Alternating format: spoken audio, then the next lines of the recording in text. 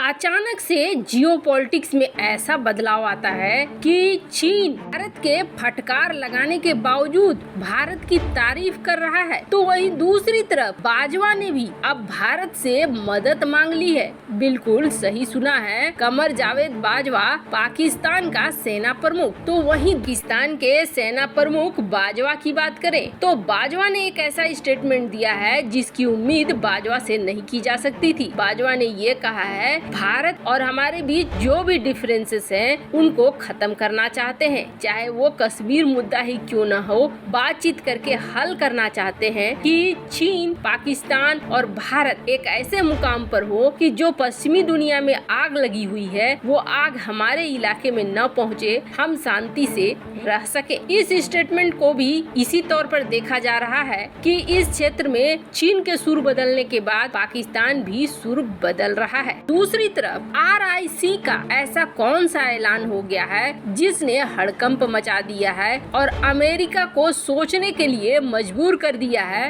बिल्कुल जियोपॉलिटिक्स उलट सा गया है। और क्या है 125 बिलियन डॉलर का फटका जो भारत ने दिया है, जानेंगे इन खबरों को विस्तार से। आपने हाल के घटनाक्रम देखे होंगे। एक तो बिन बुलाए मेहमान की तरह चीनी विदेश मंत्री भारत आ जाते हैं। भारत में उनका कोई गर्मजोशी से स्वागत नहीं किया जाता है और न ही PM मोदी मिलते हैं। वैसे तो इधर जितने भी लोग आए हैं उनमें से बहुत कम लोगों के साथ PM मोदी मिले हैं। सिर्फ एक रूसी विदेश मंत्री के साथ मुलाकात बहुत चर्चा में रही, पर चीनी विदेश मंत्री को तो बिल्कुल भी भाव नहीं दिया गया। और न सिर्फ भाव नहीं दिया गया बल्कि फटकार भी लगा दी गई। अजीत डोभाल को उन्होंने न्योता दिया था और उन्होंने सीधे सीधे ये कह दिया कि जब तक सीमा के हालात नहीं सुधरते हैं तब तक कोई बात नहीं हो सकती है और तब तक कोई व्यापार शुरू नहीं हो सकता है। साफ दिख रहा था कि चीन को अपने व्यापार की पड़ी है,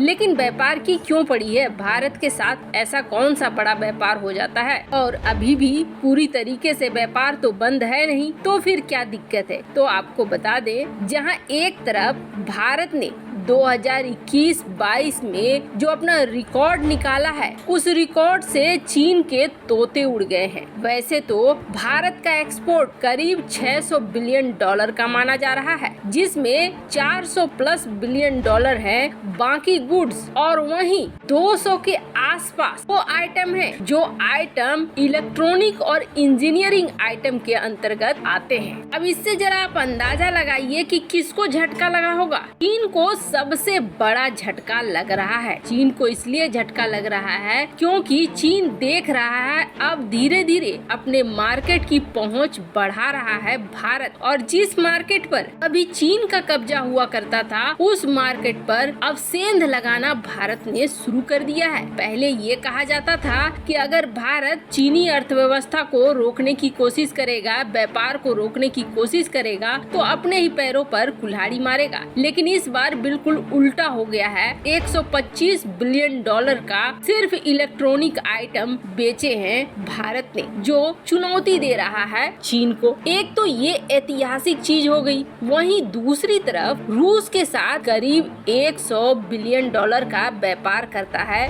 उससे भी ऊपर का व्यापार करता है चीन। पर अब समस्या ये आ गई है कि रूस के ऊपर लग गए हैं प्रतिबंध, और प्रतिबंध लगने के बाद रूस के साथ व्यापार होगा कम, जिसके आसार दिखने भी लगे। चीन की बहुत सारी कंपनियों ने अपने निवेश को वापस लेना भी शुरू कर दिया। बहुत सारे बातों को जो अभी बातचीत के क्रम में थे, व्यापारिक रिश्ते, वो टूटने शुरू हो गए। अब चीन को दिख रहा है कि उसके लिए बाजार कौन है, तो उसके लिए बाजार है भारत, इसलिए भारत के चरणों में आ पड़ा है। अब यहाँ से जाने के बाद भी विदेश मंत्री फटकार सुनने के बाद भी अपने समाचार एजेंसी सिन्हुआ को जब इंटरव्यू देते हैं तब वो कहते हैं कि नहीं, हमने महसूस किया कि जैसे हमारे बड़े नेता चाहते हैं कि हम दोनों के बीच दोस्ती हो, वैसे ही भारत में भी यही आम राय है कि दोनों देशों को शांतिपूर्ण तरीके से मिलकर चलना चाहिए। हम एक दूसरे के दुश्मन नहीं हैं, बल्कि हम एक दूसरे के पार्टनर हैं, और इसी क्रम में हमें आगे बढ़ना चाहिए। चीन जो फटकार लगने के बाद भी इतनी मीठी मीठी बोली बोल रहा है,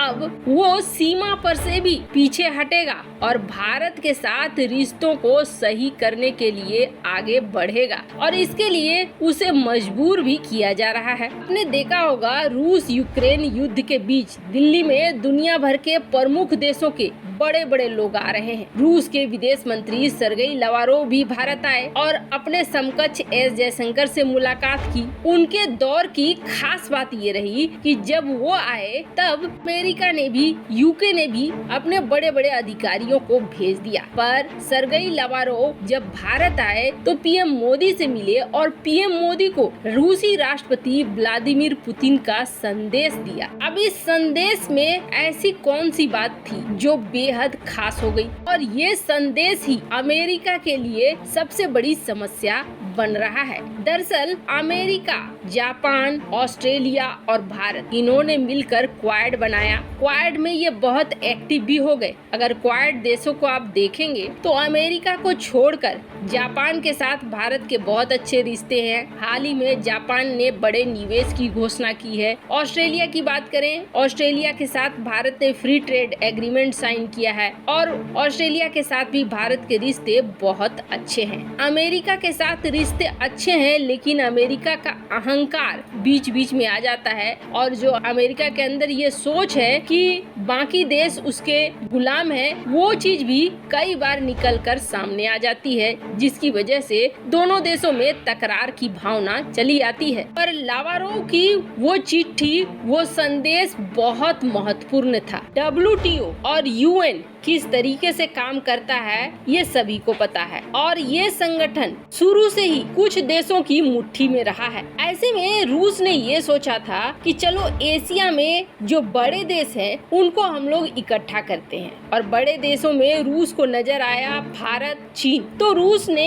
एक संगठन बना दिया जिसका नाम था RIC। ये संगठन 3 ताकतवर देशों को एक मंच पर लाता है और अमेरिका RIC से बहुत ज्यादा चिढ़ता है। अमेरिका को पता है अगर एशिया में ये 3 देश एक हो गए तो बहुत बड़ी मुसीबत अमेरिका और यूरोप के लिए खड़ी हो जाएगी, क्योंकि जो RIC देश है इसके पास दुनिया की 19% जमीन है और दुनिया की GDP में ये देश 35% का योगदान करते हैं। तीनों ही देश परमाणु शक्ति संपन्न देश हैं और इसमें से 2 रूस और चीन UNSC के परमानेंट मेंबर हैं। अब RIC को लेकर सर्गेई लावारोव ने दे दिया है संदेश। दरअसल सर्गेई लावारोव शायद पुतिन का ये संदेश लेकर आए थे। वो चीन के साथ तनाव को दूर करने में बड़ी भूमिका, बड़ी मदद करेंगे और आपको बता दें ये पहल हमेशा कूटनीतिक पहल होगी और कहीं न कहीं चीन भी इसके दबाव में है।